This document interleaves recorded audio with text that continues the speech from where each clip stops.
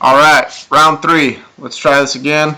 This is Kyle and Mike with the Fantasy Phenom. We are back to recap Tuesday's 5-game slate and look forward to Wednesday's 9-game slate. Besides all this, how's your night going, Mike? Well, at least we got the days right now. It just took us 3 times to repeat ourselves exactly what day it is. So we know what day it is now. Props to you guys that are still watching this video, especially to the one guy in the chat. We really appreciate you still staying with us. Yeah, even though, obviously we've heard that it's a shitty video product, we appreciate you staying with us and watching throughout. I hope you stay through the end. So thank you for sure. Yes, like everything, this is a work in progress, and we're doing our best. We're going to do what we can to get the show to you guys. So tonight, like the video started, ended worse. Or ended badly, I should say. D'Angelo Russell let us down. Yeah, I don't feel like talking about this for a third time. D'Angelo Russell did not get his minutes, and if he was your hammer, you probably got hammered down. Yeah, no, he definitely didn't do any hammering other than, like you said, bringing you down on on the leaderboard. So, whatever. As you can see here, let's just go over the lineups that we had tonight. As always, like to show you guys what I played. All 3 were optimal lineups. No changes made here. Obviously, the Kyle Lowry news, so these were updated from the sheets I sent out earlier, obviously with the news breaking literally 10 minutes before lock. I posted them on Facebook so you guys saw, the updated account, or the updated optimals. Hopefully, you were able to get them in. This one did not do as well. Obviously, Randall and Russell let us down. Jonas didn't do too well either. Damari Carroll let us down, but DeRozan, Corey Joseph, James Harden all had themselves a game. And then Trevor Ariza didn't show up either. But, Mike, you think that has something to do with him being power forward, right? Yeah, I mean, everything was kind of shifted for Houston today. They ran a rotation that they're not accustomed to, and it seems like they weren't 100%, and that kind of affected them tonight. They needed a 40-point triple-double to even stay in this game from James Harden. I honestly thought Houston would win this game. Miami's not very good at all. Oh, yeah, if you told me, yesterday, if you asked me who was going to win this game straight up, obviously I would have said the Rockets. But just look at this game, it just seemed like perhaps that was the reason why they couldn't stay in it. Yeah. And then the line below, this is the one I was telling you about that it's crazy it didn't cash. And I didn't even cash in a double up using this. That's kind of crazy to me. 325, that should have cashed, but D'Angelo Russell didn't do enough. And then this was the only line that did cash for me, and this was the late night line. Pretty accurate projection, I must say, at least overall. The projections per player were decent. A couple of them hit pretty spot on. A couple of them underperformed, a couple overperformed, but overall, really, really close projections. So it ended up cashing. It did the job. It saved me some money, but overall. Yeah, I mean, that last lineup there, it looks pretty spot on as far as projections. And the whole thing with the high cash line, when a gem like Corey Joseph starting against the Nets opens up and everybody jumps on it, and then he goes out and has a career high, that's just going to equal high cash line. It was funny because people were talking about, it's going to be a low cash line now because no Lowry. But honestly, this inflated the cash line because it allowed you to spend up to another star. So a lot of people got Jimmy Butler, Kawhi Leonard in, who both had 50-point games. Right. I said last night on the show, Kawhi Leonard needs to get you 30 real-life points to pay off his value, and I think he had 34 tonight. Yep. Butler, that game was close, and he's shown that he is his whole team, and almost, for some reason, Dwayne Wade took the final shot, and it was his birthday. It was his birthday. So they give him a contested corner 3 for the win? Yeah. It's a good draw up there. He didn't do too well on his birthday either. He didn't perform very well overall. I just don't get that call. The final possession, they got the timeout, they draw up a play. Butler is knocking on the door of a triple-double for this game, and they have a D-Wade contested corner 3. Yeah. I don't know.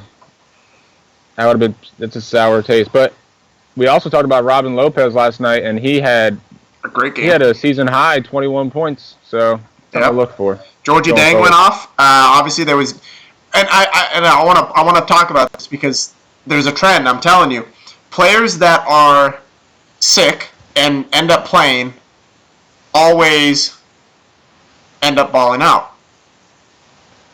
Yeah, unless it's like a superhuman guy that like Jimmy Butler who's going to play when he's like shitting his pants. Because that game didn't work out when he played and he was sick.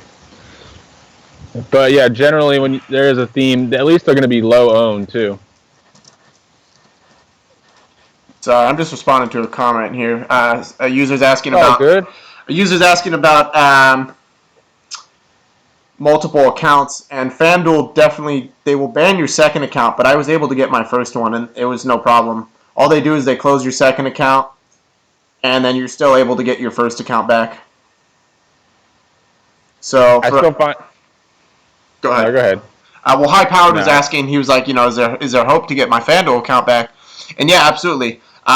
They don't allow you to have multiple accounts for obvious reasons because you can play head-to-heads, things like that, But you can definitely get your first account back. So as long as you're only going to use one account, there should be no issue. I would just call them up and you should be good to go. I can't imagine FanDuel likes money. They'll let you play. Exactly. I was just going to say that. I can't imagine that they wouldn't let you donate to their pool of money. Yeah, you might have to do a little extra pleading, but they'll let you play. Someone said, nah, man, they shut down both for a buddy of mine. I don't know, man, because my FanDuel account, Kyle Nesser, all they did was close my second one and say, hey, you can only have one account. And I wasn't even trying to use two. I just was trying to create a new account under the sports world. But obviously you have to put your legal information, your name, things like that. And so once they notice there's two of those. Yeah, and I mean, this is just Kyle saying from experience. We're not, Yeah, I'm not FanDuel support, so. Yeah, so if you have a real issue with your account information, I would contact FanDuel. But, yeah, moving on. I think another thing I said last night was that small forward was going to be the X factor. Yep. As far as tonight, and we picked the wrong ones. And I even mentioned too that Butler and Leonard had the potential to, but it doesn't seem like a safe bet. And here, look what happened. Yep. And I mean, well, the thing is, here's the thing: you definitely could have cashed with value small forwards, and honestly, we just picked the wrong ones. Rondé Hollis-Jefferson had more points than both of ours, and so did Terrence Ross. Yeah, and LeVert had a good night too. Yeah, so we just, that's honestly that's the hardest part about any FanDuel though is you have to guess the value guys and who's going to play the most minutes. And as a Nets fan, that lineup is unpredictable. Especially at small forward, it's tough. I picked the wrong one tonight. Yeah, you have no idea if Bogdanovich, if LeVert, if Hollis Jefferson, you have no idea who's gonna be the one to get the minutes in that game. Yeah, it's tough. So, it is. The day we nail down the value picks is the day that cashing will happen all the time. Yeah, we were given that gem in Corey Joseph, though. Well, that one was obvious. I think. I mean, the matchup was too good going up against the Nets, right? And the value. So he was projected to get 7 times value and ended up getting over 10. All the more reason to watch that show coming into lock. That news broke right as I was live on Facebook, and chat went silent. Everybody left trying to fix up their lineups. But yeah, so we do run that lock show every once in a while, and it's important to get in there so that we can talk about pivots, and if some news like Kyle Lowry breaks today, we can let you guys know. Absolutely, it was a great idea to get into the live chat today, as mentioned. And, the news broke in there. All sorts of good things come out of that, and a thank you to you, Mike, for running that. Obviously. Oh, I had fun doing it. Like I said, that's what I'm doing anyway. I'm in front of my computer, just doing what you guys are doing, making sure that the guys I'm playing are actually going to play, and no one's going to be rested at the last minute, like today. Yeah. Well, you wanted to do a little recap. You wanted to talk about some of the games today before we jump into tomorrow's slate. What were you kind of looking at? No, that was it. I just wanted to talk about, like I said, the small forwards and just some of the games I watched today. I think we covered it. Okay. Solid then. That's funny. I work evenings, so I can't watch the live chat. Gotta sneak to the bathroom to read the last minute news. I don't blame you. Hey, man. I'd be taking... If I'm ever out somewhere before lock, I'm like excusing myself to go somewhere too. One of the viewers, I forget if it was Josh or Jeff, he was on the highway and heard about the Lowry news, and he literally pulled over on the highway to change his lineups. I don't blame you either. That's funny, though. Money's at stake, man. All right, well, let's break down some of these point guards. Dennis Schroeder, we've already run some of the optimals. He came back quite a few times. His price is lower. He's going up against Detroit, who's not a great team against point guards. But you're not high on him. No, I maybe just because I've been burned by him recently, but he's definitely struggling a bit. He just came off a decent game, and his price is somewhat fair. And this could be a close game as well. So those are the pluses that I see with Dennis Schroeder. But then it's not the best matchup, in my opinion. I don't think Reggie Jackson's a great defender, but the pace of play is kind of concerning. And like I said, he has been struggling of late if you looked at his last 5. Okay, what about the reverse? Atlanta has been one of the better teams actually against point guards in their last 5, and Reggie Jackson has struggled. So what's your thoughts there? Yeah, I mean, on DraftKings, Reggie Jackson's a little too expensive for me. He's $7,000. That's no thank you. And he has been really struggling, just like Schroeder. So something's got to give. Usually like to stream point guards against Atlanta. So that to me leans Jackson over Schroeder, but I don't know if I'm looking at either of these guys tomorrow. Okay, what about Jeff Teague in Sacramento? Sacramento has been terrible in the last 5. They're out of the teams playing tomorrow, they're the worst team in the last 5 against point guards. I think Jeff Teague's got to be in play. Yeah, he's going out. He's going to be going out after Collison. I don't. Is it being? Well, it could be Collison.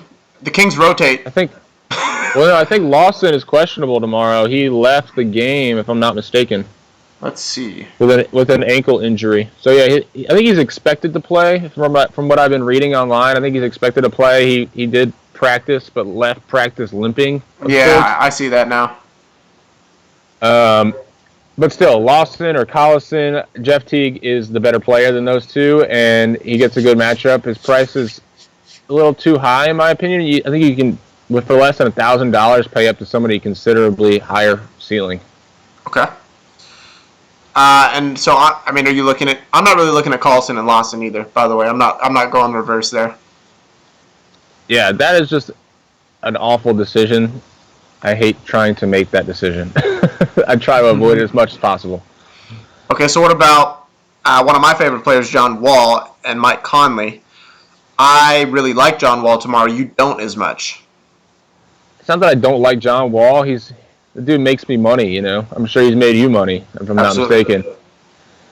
But like I said, with Teague, when you look at the other players in the price range of John Wall, I think there's some better matchups to exploit. And I don't know. Does it surprise you that Isaiah Thomas is 97 and John Wall's down to 91? It absolutely does. I haven't looked at any FanDuel pricing till right now, so that really surprises me. Isaiah Thomas, for example, is only 8,700 on DraftKings. I feel like that's a lock then. Yeah, so I don't see why I would want to play John Wall over Isaiah Thomas or even a couple other guys. I think John Wall is probably in that price range, the last guy I want. So on FanDuel, seeing these prices, would you play Isaiah Thomas or John Wall? That to me, I think I don't play either. I think I would go somewhere else. Okay. It's all in consideration. So obviously we've already talked about how picking a high price point guard is is a great strategy. You know, something that we probably both do a lot, and a lot of the viewers probably do a lot, is pick which high price point guard you want to roster. You know, sometimes even two of them. And so you're looking at all these high price guys. I think it's Wall. I mean, we're going to talk about all of them, and you have to kind of weigh their matchups and their price, and then decide from there. And that's why I think Wall in my research was kind of falling off. Okay, so I'm going to skip ahead here a little bit. Steph Curry is priced higher than John Wall tomorrow.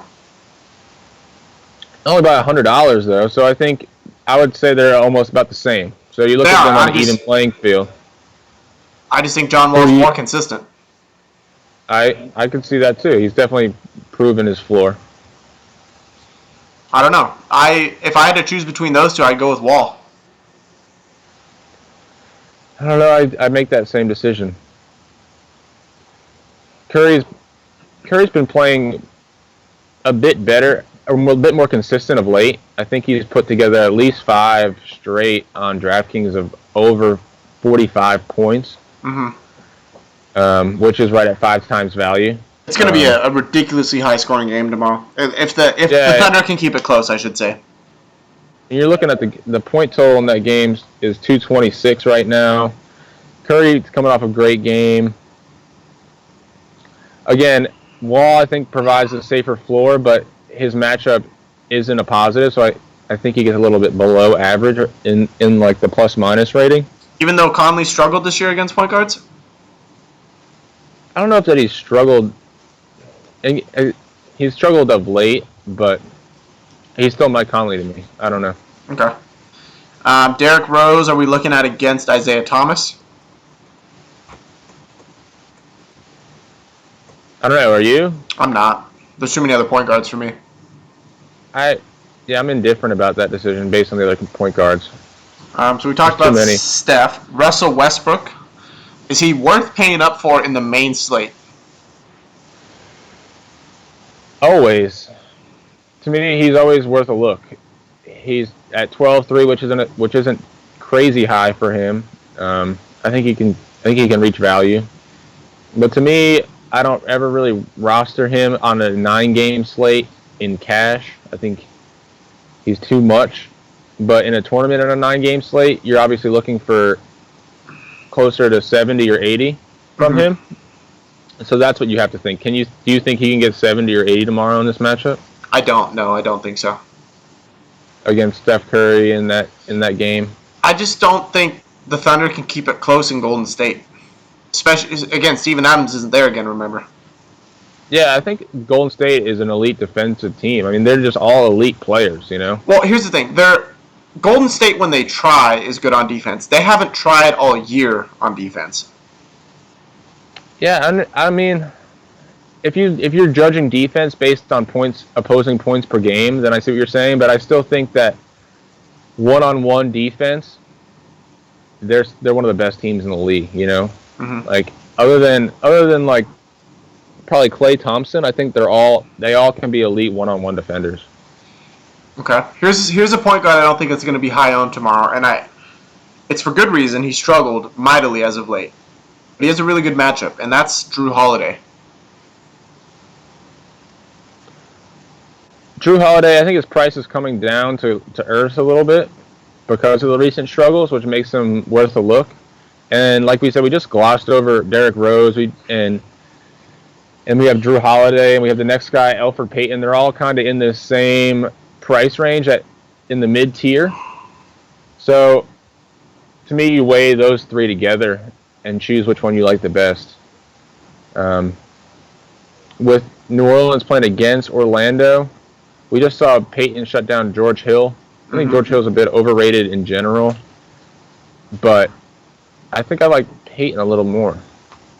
I do like Peyton a lot, and New Orleans is on the slate actually the worst team against point guards. So I do like Peyton a lot. He's cheaper, not by much, but he is cheaper. My only concern is it is in New Orleans, but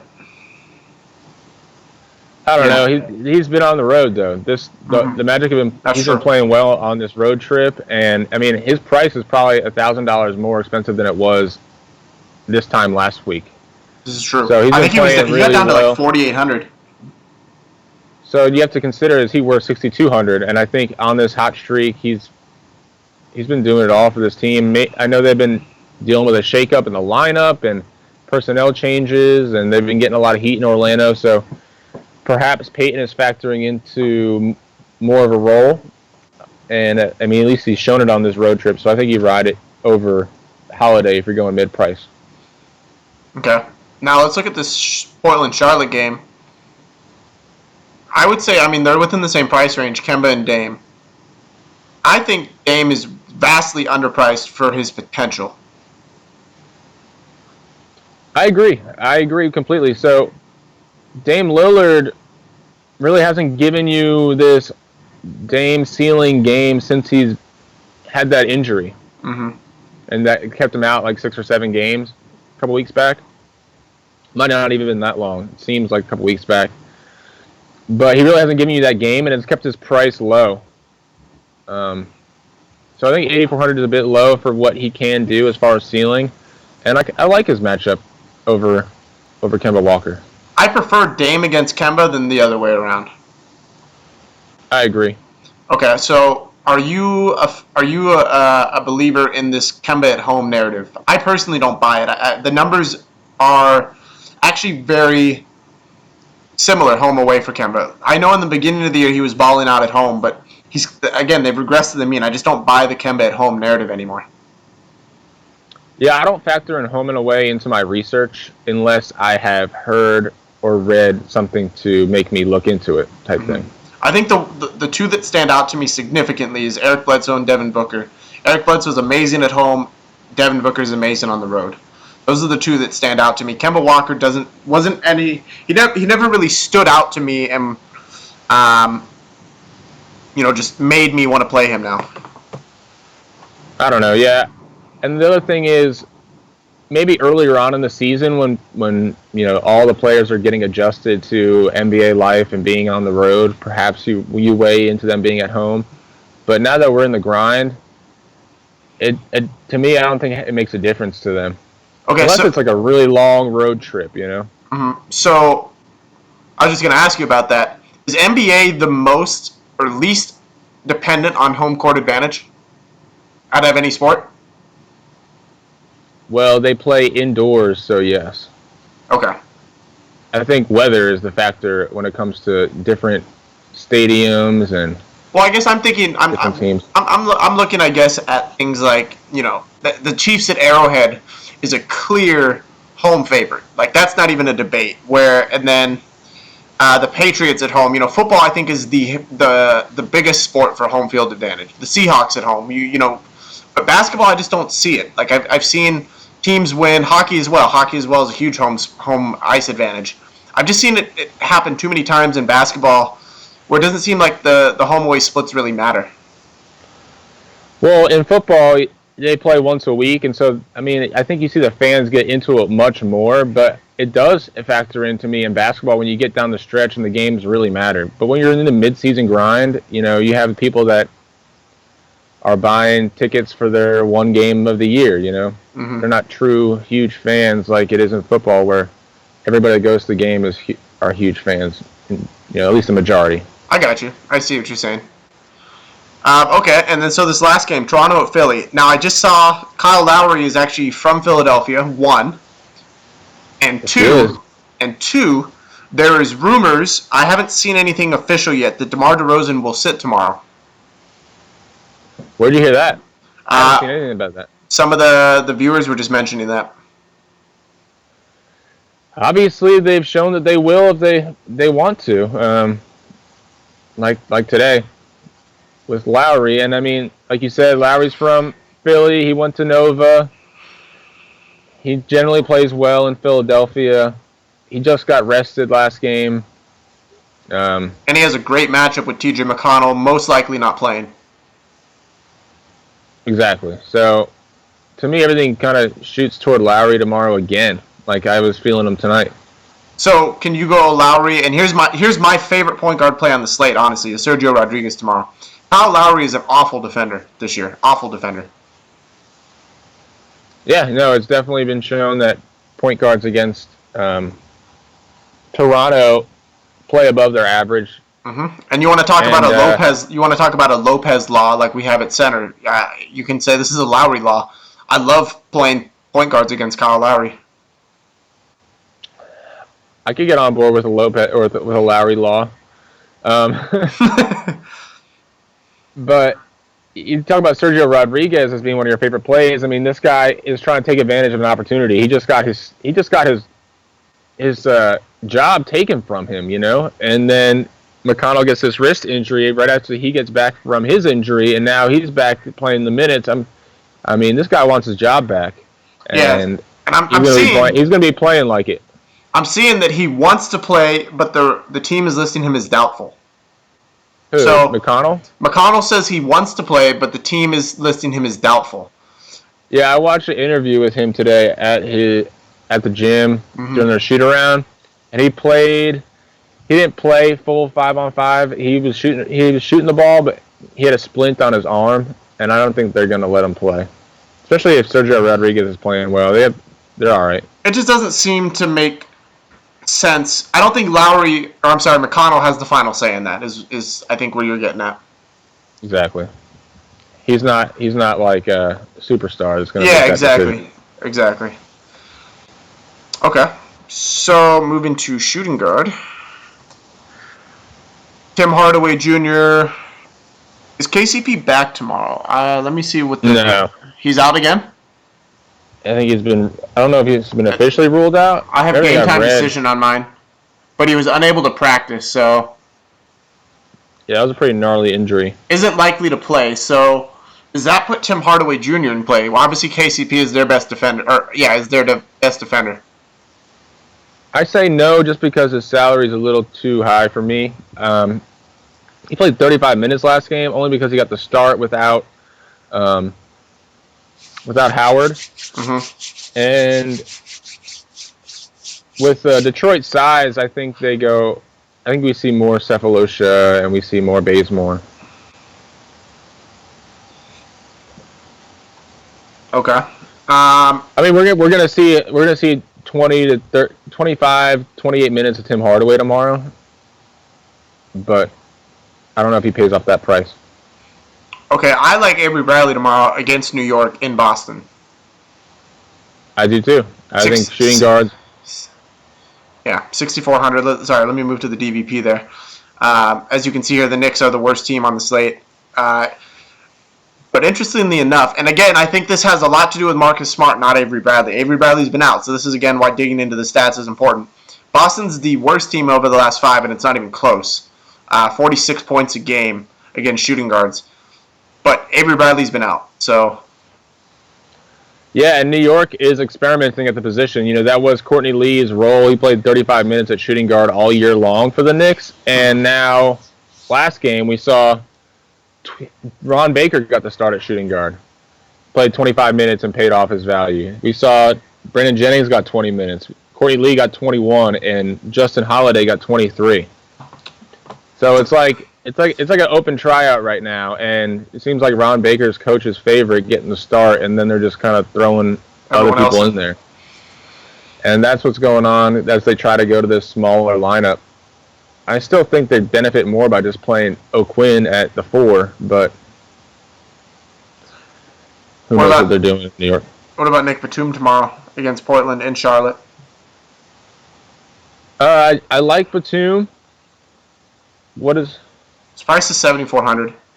Yeah, it's the same on DraftKings. I like Batum tomorrow just for the simple fact that he's going to be going up against CJ McCollum when Kemba's going up against Dame Lillard. Mm-hmm.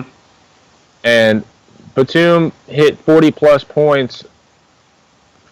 fantasy points last game and shot 2 of 11 from the field. So, I mean, if he could shoot his normal percentages and still put up the peripherals that he's known to do, he's definitely going to return value. Okay, so we don't like anyone. Go ahead. Finish. He has the size advantage, and with Kemba in not a bad matchup, but in a worse matchup, I like Batum. Mm-hmm. Clay, we don't like anyone from Detroit, obviously. Klay Thompson against OKC and Victor Oladipo. I personally don't like that matchup. With Klay and Oladipo? Yeah. Yeah, I think they both get lost tomorrow.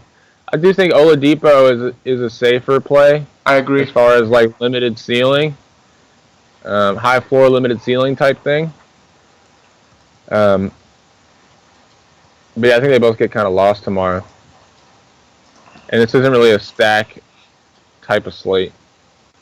Are you looking at James Harden? Eric Gordon probably will not play. Does that mean increased minutes for Harden? Or do those minutes go elsewhere? Yeah, I think those minutes go elsewhere. I mean, if it is, he increases from 35 minutes to 38 minutes. Yeah. So yeah, so this Houston team, they're going to be I mean, Ryan Anderson wasn't with the team today. Gordon left with an ankle injury. They started Brewer. They had Capella come back and he played 10 minutes, I think. So I think there's a lot to consider when you think about this Houston lineup, especially the fact that they just played tonight in a close game that required a 40-point triple-double from Harden, and they're flying from Miami to Milwaukee. So that to me, it raises question marks. What about you? No, the game's in Houston. Oh, it's in Houston? Mm-hmm. Okay, well, either way, they're playing back-to-back, and they're flying from Miami to Houston. Yeah. So at least they get to sleep in their own bed. That makes things a little bit better. Nicer. Yeah. I think James Harden, is always in play. He got back to the old James Harden today. He obviously had 40-point games are nothing to scoff at for a normal player, but that's terrible for James Harden. So he got back to his normal self today, 67 points. Yeah, no, but I think there's question there. It's not there is. He's not a lock. There's definitely some question there. I mean, you also have the narrative that he had to do everything for this team today because of all these question marks, and he's going to have to do everything for this team again tomorrow. So I guess the question then becomes is does he have the energy to do it all again tomorrow? Which I think you can make the argument on either side of that. I agree. I'm not looking at any Indiana shooting guards. I'm not looking at Tony Allen or Troy Daniels tomorrow. Neither am I. I love Giannis tomorrow, though. Gotta love Giannis. I mean, I was looking at the Heat guys today just because they're playing Houston, who plays up in pace, and they love to control the tempo, and they generally succeed in doing that. That's why they've been successful this season. And so you think about superstars like Giannis playing against Houston in up in pace with more offensive possessions. You gotta like it from a fantasy perspective. I think Giannis is. I would play Giannis over Harden tomorrow, and I think Giannis outscores Harden tomorrow. I could get on board with that. I think it's going to be a fun game to watch. Okay, what about... Absolutely. Are you on the Tyreek train? No, I'm not on the Tyreek train, but one more thing about Giannis. Sorry, go ahead. I just want to let people know that Giannis is not only a point guard eligible on DraftKings. Oh, that's right. They changed it. They changed it today. So he is now point guard and small forward eligible, which is strange because there's nobody else in the entire NBA that is point guard and small forward eligible. But we have that to work with now. Yep. And then you said you're not on the Tyreek train. I'm not looking at Buddy Hield tomorrow either.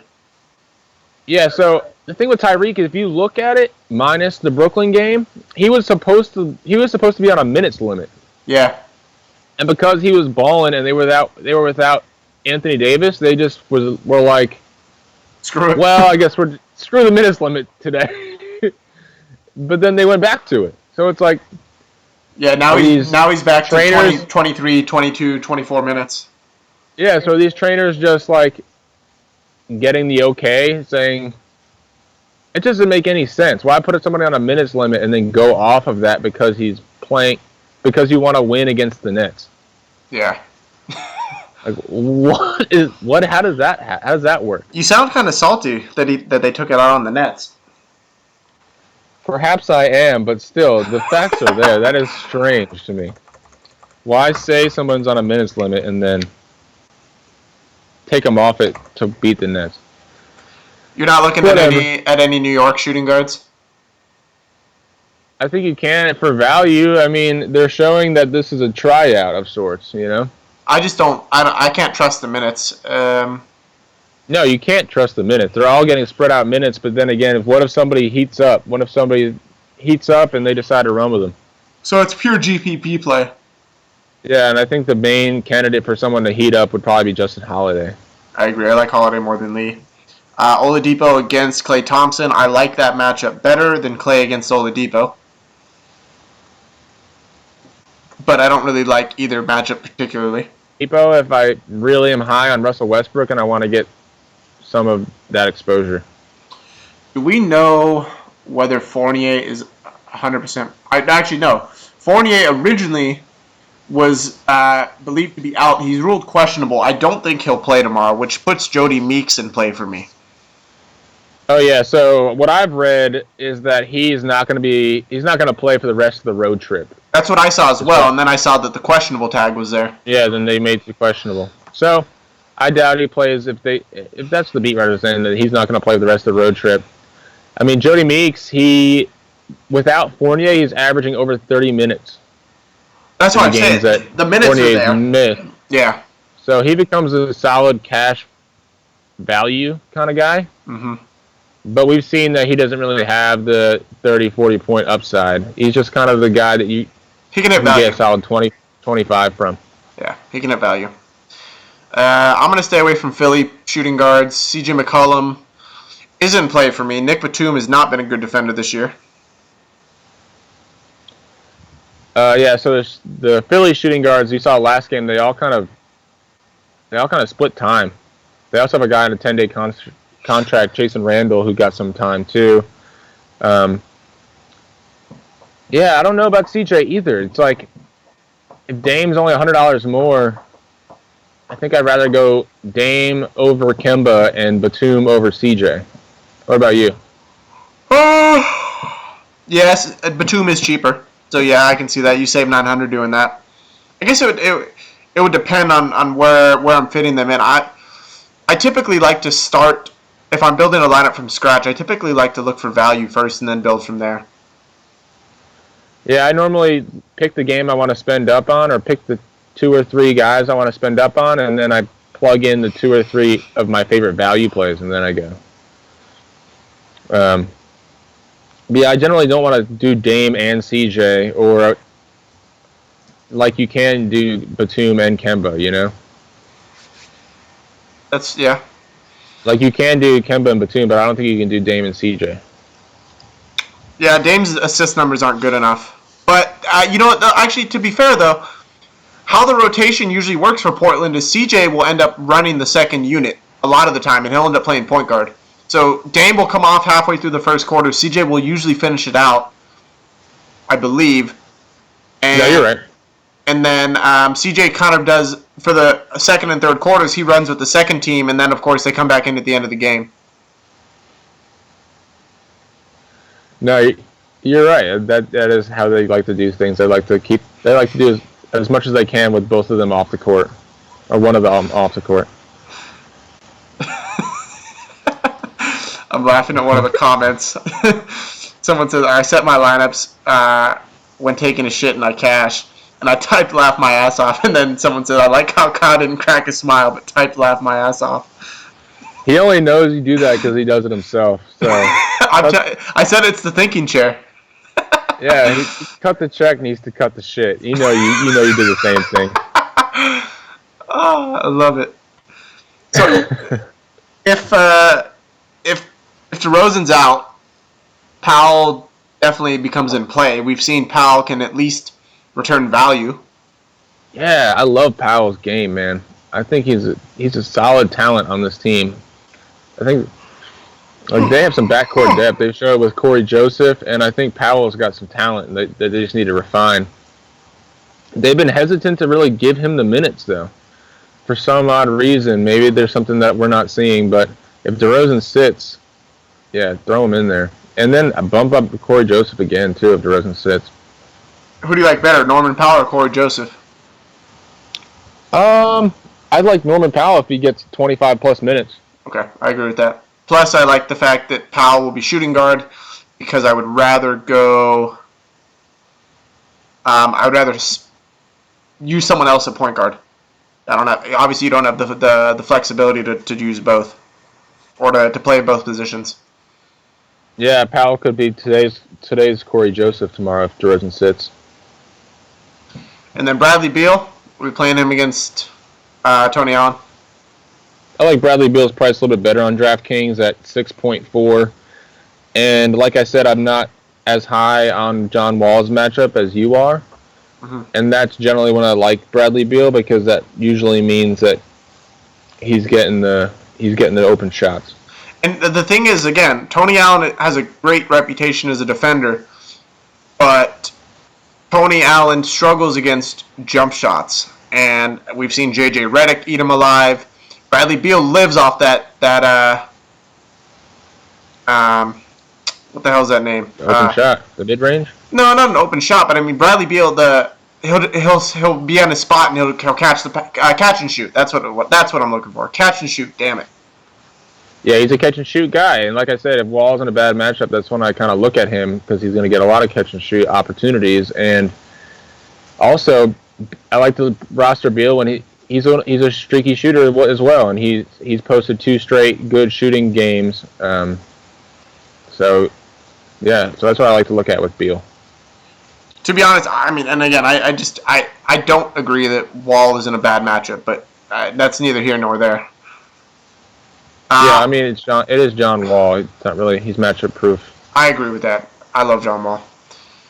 Kent Bazemore, we're going to get off that train before it crashes. Don't like him against Marcus Morris tomorrow. Don't put we into this, Kyle. You can gladly ride that Bazemore train into the... No, I'm saying we are going to get off this train. Me, as in I've never, I just watched that train fly by. I mean, that was a mistake on your part. I never jumped on. Yeah. I mean, there was a small window of opportunity there, and you missed it. But I'm glad that train, I'm completely cool with it. I got a whole cabin to myself on that train. Yes, you did.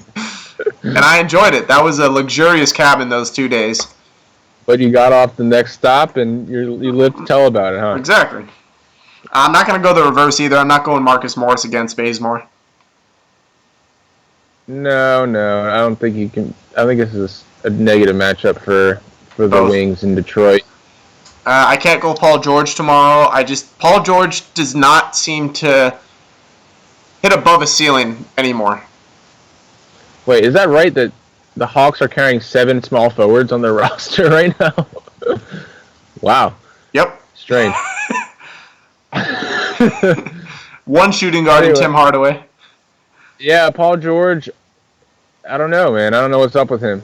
He's having a very awful season. If you rostered him in season long, I feel for you. And it's going to be the addition of Jeff Teague. I think he just kind of recognizes when Paul George isn't performing well, and he kind of limits his ISO opportunities. I still will stay with my statement. In 2 years, Miles Turner is the better player. I think he'll be the better fantasy player. I think he's the better player overall. All right, well, at least they're on the same team, right? Maybe they have building blocks. I just think Miles Turner's potential is amazing, and he's very overlooked. Rudy Gay against Paul George, probably a no for me. Rudy Gay is a probable no? Probable no. If that's kind of contradicting, but yes. He's a probable no. Yeah, no, I don't. I think Rudy Gay he's been hot of late. I think he's posted 2 straight games, and he played well against LeBron. So, well, LeBron hasn't been good this year. I gotta address this question. Mitch comes in. What the fuck happened to Lowry? I lost money. He says, I literally came in last. Do you guys ever come in last and question yourself? He's still here though, so obviously he answered his question and decided to continue with this process. So trust the process, right? It's late, and I can't handle this right now. I've never come in last in a tournament before, or a double up. But if you did, you would definitely question your life, right? I'm I'm dying. You had to, even with Lowry being out, I felt like you had to pick all terrible plays.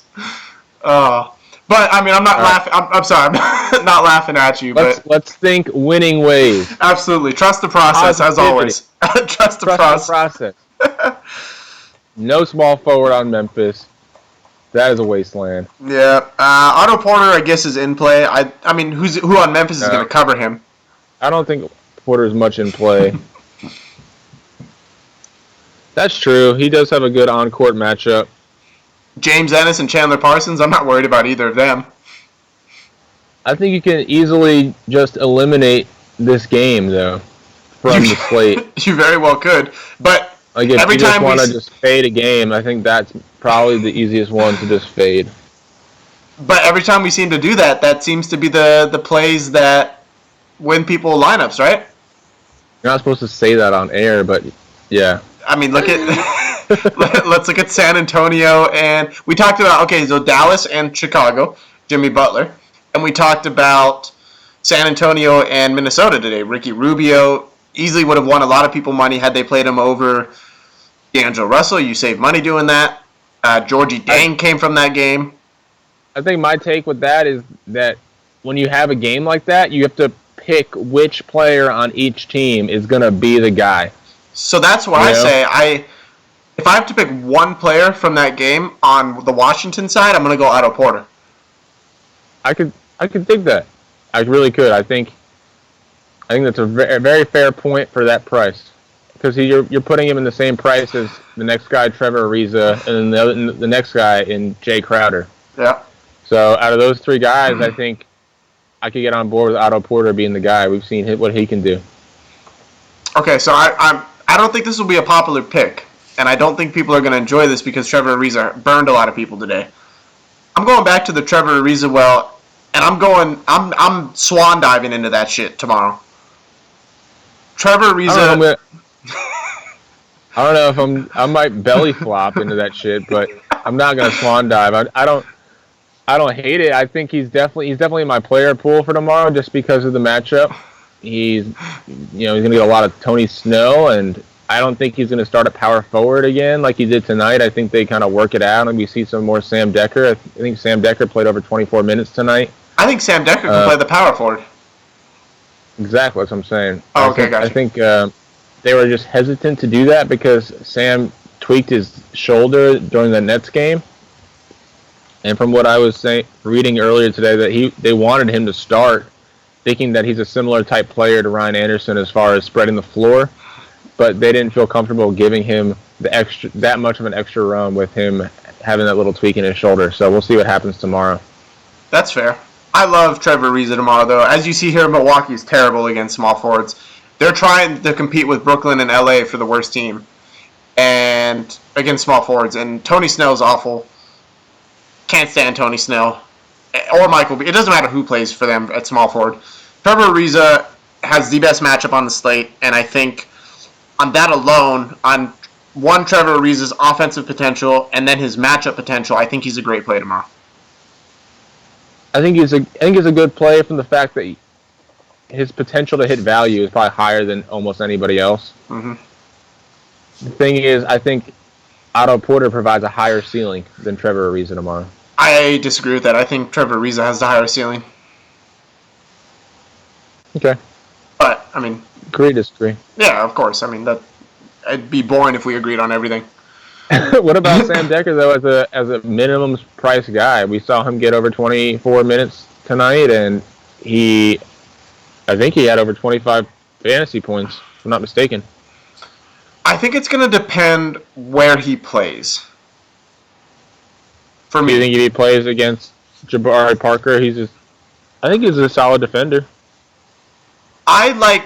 Here's my thing. I would rather play Sam Decker than Trevor Ariza if he's going to start at small forward. If Sam's going to start at small forward? Mm-hmm. So if Sam starts at small forward and they put Ariza back at power forward, and I'm off Ariza and I'm going to Sam Decker. Okay. Yeah, I And, definitely agree. and we're going to talk about swan diving. Like, I'm wearing bricks and swan diving into that well with Sam With Decker. Sam, you're gonna you're gonna swan dive into some Sam Decker, huh? With some weights attached. Like, let me sink to the bottom of that well. With some baggage, that's for sure. Concrete body bag and everything.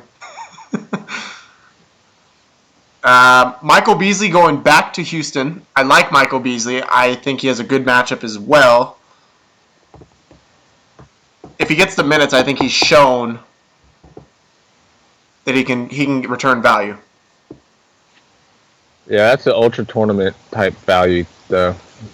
Well, any Milwaukee player besides Giannis and Parker is always a tournament play. Definitely. I just want to see. I don't know. I think I like some other values better than him, though. I just want to see minute wise. So yeah, 26 minutes last game, 18, 21, 34 that game. That was without Giannis.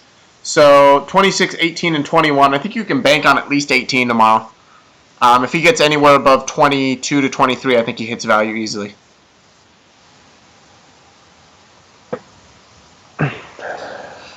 Jay Crowder against New York. Yes, no? If they go to the same lineup that they were going at, then he's going to get. I mean, Kuzi, he had 35 minutes last game, and he was the starting small forward, and he just kind of had starters minutes, and that's what they did, and he played well. So if they do the same thing again tomorrow, then I like Crowder against Kuzminskis all day. I agree. I think Crowder is hard to predict, though. There's games where his matchup looks tough, and you're like, wow, I'm not going to play him, and then he goes off. And then he has a great matchup, and he absolutely duds. You're right, because I think he just thrives off like his defensive energy. Yeah. Like he needs to be in a bad matchup against like a solid small forward to like pump him up, you know? I agree with that. Like him on Kuzminskis tomorrow, he's gonna be bored and like not care. That's fair. Carmelo, Carmelo's tough for me because if Porzingis doesn't play, Carmelo automatically gets consideration. He does, but all the drama that surrounds him right now, and it can go one of two ways. I'd rather spend elsewhere. It can go one of two ways. Absolutely, and Carmelo's not the type of guy that really gives a crap. To be honest with you, I don't see him as the type of guy that really lets that affect his play. So if you're going Isaiah Thomas, I can see spinning up at Carmelo as well. Okay. Kevin Durant, you love tomorrow. That's your favorite play, I think, on the slate. Yeah, I like Kevin Durant tomorrow. He's against his former team at home. He crushed the Thunder last time they played him.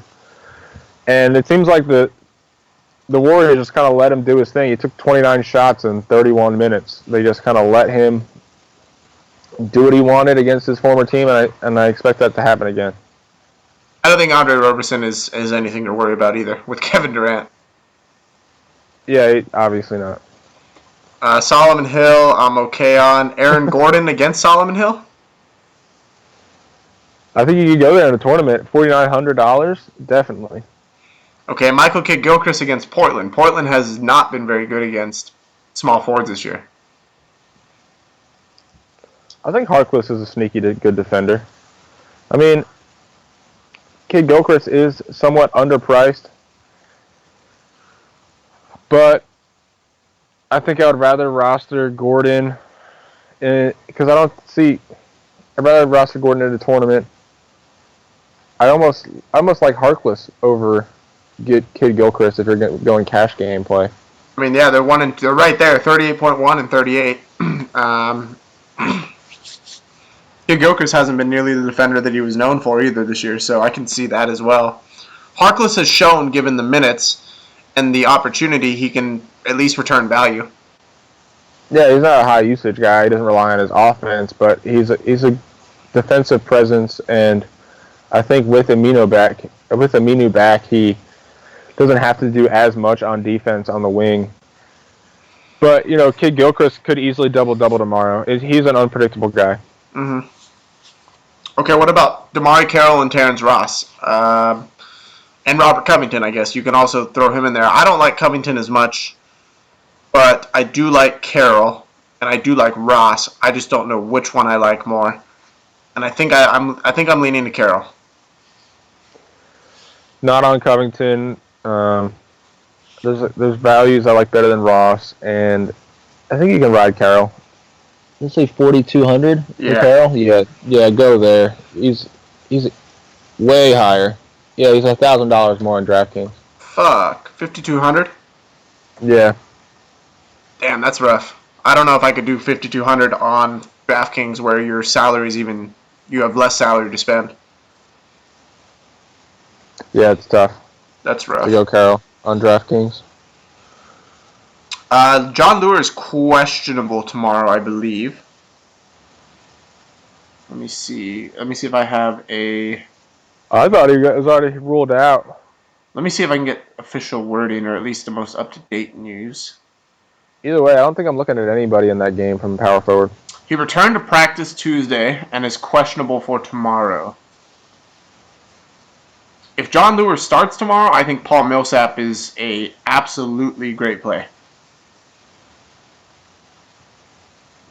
Yeah, I could get on board with that. Obviously, the on-court matchup, he's got the size matchup, he's got the athleticism plus. I mean, definitely, and especially with Dwight Howard against Drummond, I think we'll see Millsap exceed value if he's going up against Lure. You know what? Someone just brought up a really good point. Doesn't Carroll usually sit on back-to-backs? He was in the beginning of the season. And he has been getting extra minutes lately, so it could happen. But I think if they sit DeRozan... I could see them sitting Carroll, too, especially against Philadelphia. What do they... I mean, I think they can beat Philadelphia with Terrence Ross in there. I can see it, too. So, let's say DeRozan and Carroll both sit. I can go... Then they have to go Ross and Powell, right? And I can play both. I could play both, too. Who would you like more? I think I would probably like Ross more. Yeah. I like Ross more too. I love the starting small forward from that game, or from the Toronto side. And people are saying he doesn't do it anymore, but it's very possible. Again, if you're gonna sit someone, this is a good matchup to do it, right on a back-to-back. Who really cares about Philadelphia? And the number of minutes that Carroll's been receiving has been high, like a high number of minutes. But assuming Carroll plays, he's a good play for that price. He is. Both of them are good plays. Whoever starts, I should say, is a good play. And you can even make the case for Terrence Ross being a good play, even if Carroll plays. Yeah, I can make the case. He's always in play as a value guy. If John Lure is back tomorrow, I like Tobias Harris a lot more as well. I don't know. Tobias Harris, I feel about that. Tobias Harris, to me, off the bench is amazing. He really runs that offense. He runs the second team. He's like an Eric Gordon to me. Yeah, I think Millsap's a sneaky good defender. Well, he won't play against Millsap as much. Remember, he'll go up against second team. Right. He'll go up against Chris Humphries. Who is... So, yeah, from that perspective, then, yeah, let's do that. Thad Young against Sacramento, I think is definitely in consideration. I think Thad Young might get the boogie treatment. What do you think? I don't think it really doesn't matter.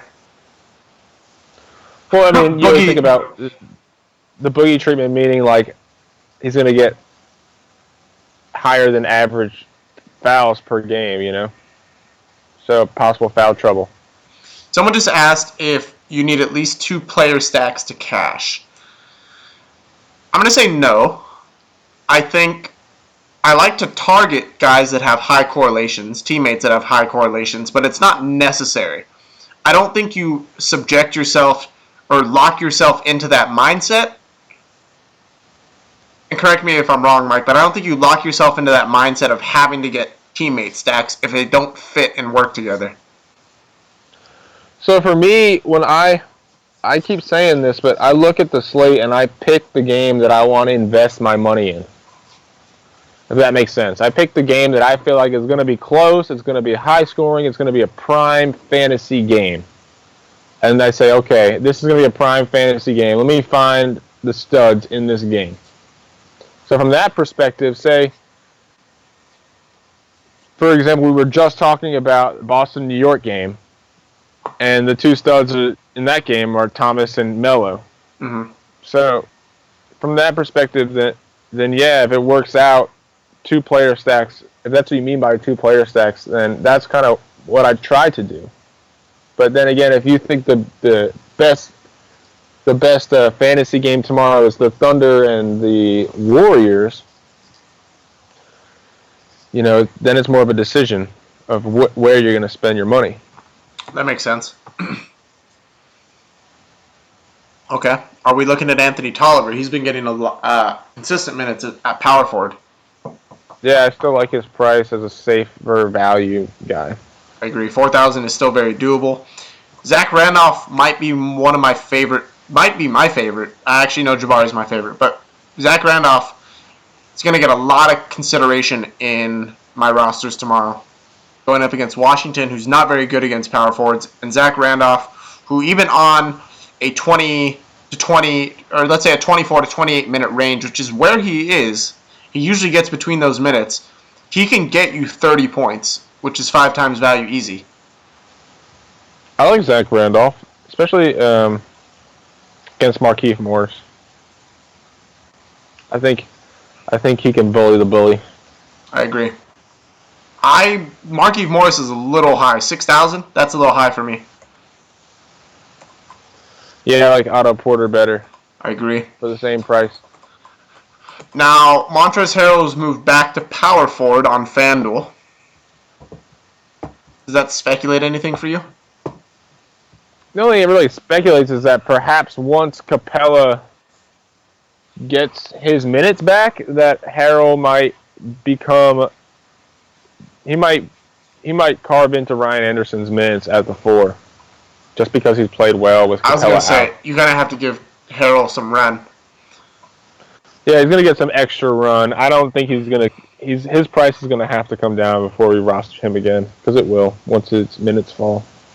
And something to keep in mind and just kind of watch for is Clint Capella. Now, there's no news about whether Capella is going to play or not tomorrow, but don't be surprised if he sits. He's coming off an injury and he just played today his first game. On a back-to-back, I wouldn't be surprised if he sits tomorrow. Yeah, I don't think you can trust this again tomorrow. Yeah. I really don't think you can, because it's not going to be the first game at lock. I don't know if we're going to get the news. Unless you get news that Capella is out, then I see merit in rostering Harrell against the Milwaukee team. I agree. Now, I mentioned Jabari Parker being my favorite power forward play. I absolutely love Parker tomorrow. I think him and Giannis... He really benefits from the high pace of play that Houston's going to go. Yeah, I love Parker tomorrow. Amir Johnson, it's hard to gauge his minutes. If he gets his minutes, he can return value, but he's been on a downward cycle of minutes right now. So I'm not really looking there. Kristaps, obviously we're not sure if he's going to play, but you saw some news about what the Knicks were looking at doing. Yeah, the Knicks, it keeps coming out. There's always news coming out of Knicks camp, that's for sure. It seems like all day the people are writing about the Knicks. But yeah, so everyone's saying if when Zingas comes back, they're going to try him at center and they're going to stay with Melo at the 4 and play small, because they feel like they have a lot of talent at shooting guard, and that's what they want to do. They want to load the front court up and play Porzingis at the 5, which I love the idea of. I'm not a fan of Joakim Noah, and I think it could work out really well for the team, and obviously they need to do something. And we all know going up against Boston front court, like to attack there. So I think if Porzingis plays, he's a definitely great pivot off of Jabari Parker. I love Porzingis. I could even go Porzingis and Parker tomorrow, honestly, if Porzingis plays. I would try if I could, but like I said, I think he's obviously going to be low owned if he does play. Again, I don't know if he's going to play. I would lean toward no if I had to guess. Okay, do you like Draymond against OKC? Yes, I like Draymond a lot against OKC because we know he plays a lot of center. Mm-hmm. And without Adams, they went small. They put Grant at center. And I bet they do the same thing tomorrow since Grant had an okay game against the Clippers. So Green against Jeremy Grant, that's awesome to me. Do you think they would? You don't think they would play much Zaza then, right? I don't think they would need to. They don't really play Zaza extended minutes if there's another big man that they need a body with, and I don't see that they need to. Okay, and then Enes Kanter, obviously his price went up on DraftKings. It's up to 7,000. On FanDuel, it actually dropped down to 63. I actually don't like Kanter tomorrow. I think it's an okay matchup. I don't think his price is awesome, especially on DraftKings. He's like 7,000, so that's tough for me. If he's 7,000 and Draymond's 7,900, I'd just pick Draymond over Kanter. I agree. I'm not a big fan. I just don't think. Here's the thing: Kanter does not play, even though he's a backup. He does not play in blowouts. And I wouldn't be surprised if this game gets away from the Thunder. They're just not a good team. They have Russell Westbrook, and that's it. Could be. I definitely could see that happening. Anthony Davis, I'm not going to touch, even if he plays. He's such a lineup killer when he gets hurt because of the amount of salary he takes up. Yeah, Kyle, if you touch Anthony Davis, he might get hurt. So that's what I'm saying. Do that. I rarely say this, and I always preach about having a short memory, but I think I'm okay with letting Anthony Davis beat me from now on. Out of context, that sounds strange. If Anthony Davis goes off and someone is willing to take that risk, shut the fuck up, Mike. I'm okay with not rostering him and the winning lineup having him. Because more times than not, I don't think he's going to be in that. That was a solid rephrasing. I agree with that statement. What are your thoughts, just to run back real quick, what are your thoughts on Iggy tomorrow if there is a blowout? You have to pick your spots with him. His price stays about the same. I mean, the thing with Iguodala, he was perfect from the field last game. That's not going to happen again. Yeah, so he obviously exceeded value, but I don't know, did he even hit 30, did he hit 30 points? If he did, he didn't really get much more, and it's because he was perfect from the field and got some extra run. I don't know. He again falls into the solid value type of play. You know what I'm saying? Mm-hmm. Like a safer value. He's not a value type play that I want to go in tournaments because I'm looking for like the cheap guys that are going to get me, 8 times value. You know what I'm saying? Agree with that. Out of Serge Ibaka and Vucevic, I'm going to go Vucevic. I agree. I mean, it's a good front court matchup for Orlando against New Orleans. Yeah, and I'd rather go And Biyombo had I don't know if you saw. Did you see that injury for Biyombo? That in-game injury? I did it was not. gnarly looking. Yeah, his knee bent the wrong way, and he got up and walked it off, and he's questionable for tomorrow. But unless he's like Rubber Man, I don't see him playing. Even though he wasn't really playing much minutes anyway, it seems like Ibaka's role was solidified, and with Vucevic in the starting lineup, he kind of fell off. But they're both having pretty good road trips, just like. It's been an okay road trip for Orlando as far as the lineup shakeup. I like how things are working out fantasy-wise. I don't know how they are doing as a team, but... Did I expect Spates to go off the other night? Absolutely not. Spates has shown no indication that he was going to go off the other night. Yeah, he comes to play when he wants. Marvin Williams is up to 4,600, and Frank Kaminsky's down to 37. Yeah, I saw that Marv's price rose, so I dove into that. Like, did he just has he been going off lately? And He had a nothing decent really game. sees. He's having decent games, but nothing exciting to me. And like I said, with Aminu back, Portland, the whole streaming power forwards against Portland has kind of fallen off. I still think that it's a good matchup. Aminu's not the best defender, but he's definitely better. But I would prefer Kaminsky than Marvin Williams. I'm not playing any of the power forwards in this game. I just think you can punt Kaminsky in a good matchup. Yeah, he splits the time with Marvin. And he's not going to go up against Aminu. So I don't know. here's a power forward that I think is going to be under rostered tomorrow, and that is Ersan Ilyasova. I like Ilyasova. He's in my player pool. His price has dropped considerably on DraftKings to 4.4, and he gets a good matchup, I think, to me, without Patrick Patterson and possibly without Bebe Nogueira. So who's he looking at as far as defending? They played a lot of Pascal Siakam and Jakob Poeltl today. Mm-hmm. I mean, they can't. So, I don't think Nogueira will be cleared by then. So I guess does Siakam or Portal worry you? And to me, the answer is no. No, it doesn't worry me. I'm just saying they have some depth at that position, so you're not going to see another starter slide into the 4. They're probably just going to roll with who they got, next man up type thing. So I like Ilyasova because he's better than any of those, because both those guys are more defensive presences, more paint presences, and Ilyasova's shown that he's a jump shooter, you know. I like Ilyasova, and if he can get hot, he's getting the minutes too. He's getting consistent minutes. Let me read off his last couple games, minutes wise.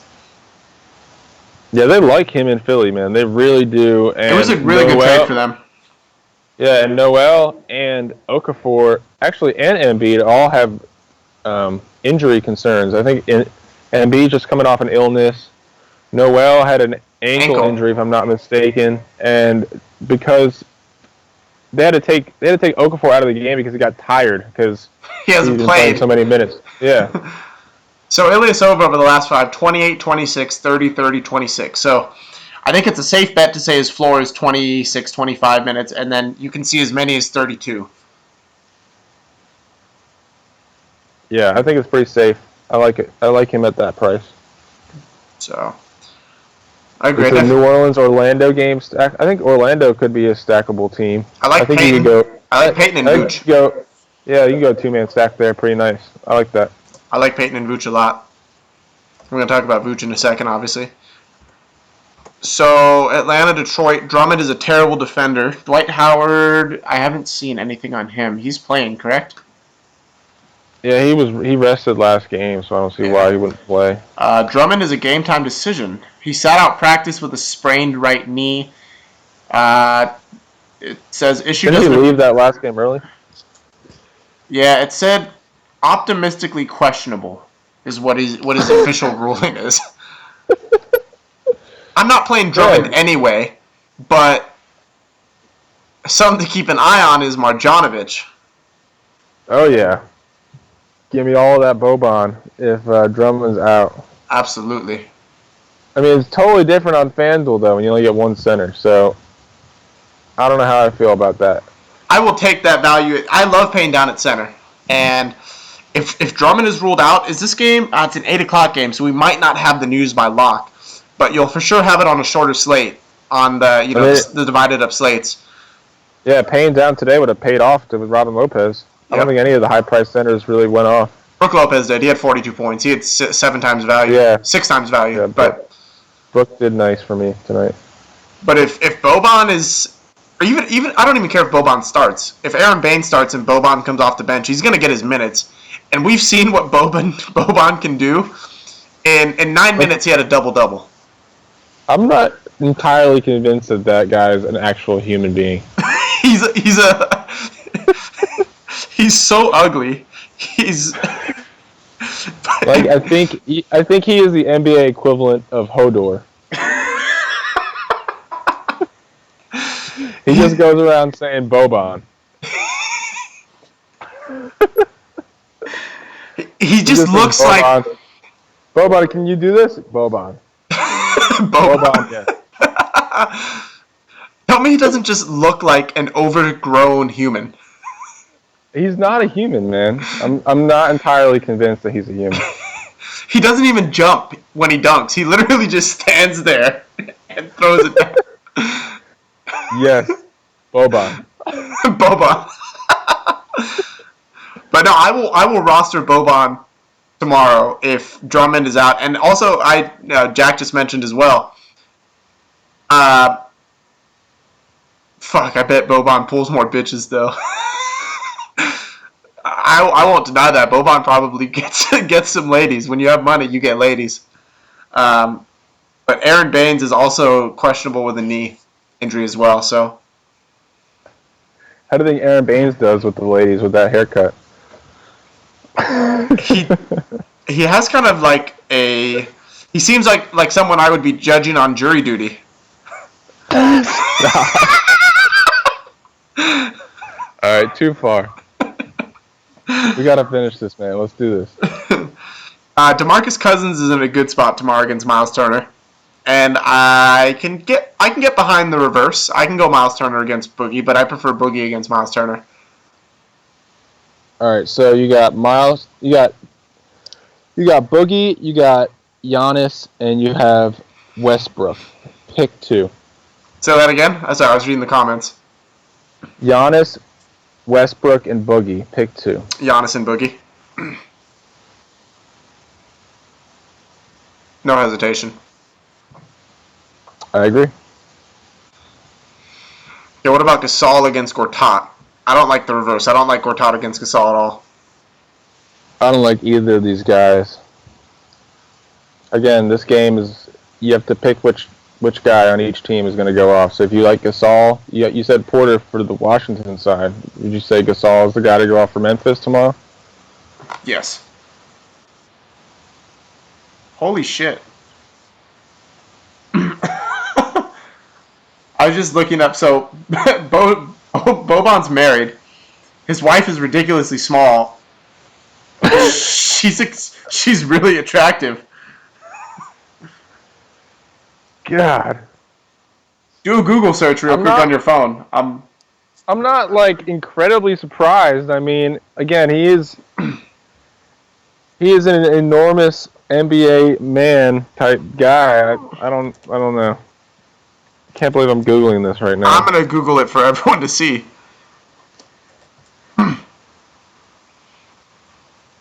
This is fucking funny. Look at the pictures. Could you imagine?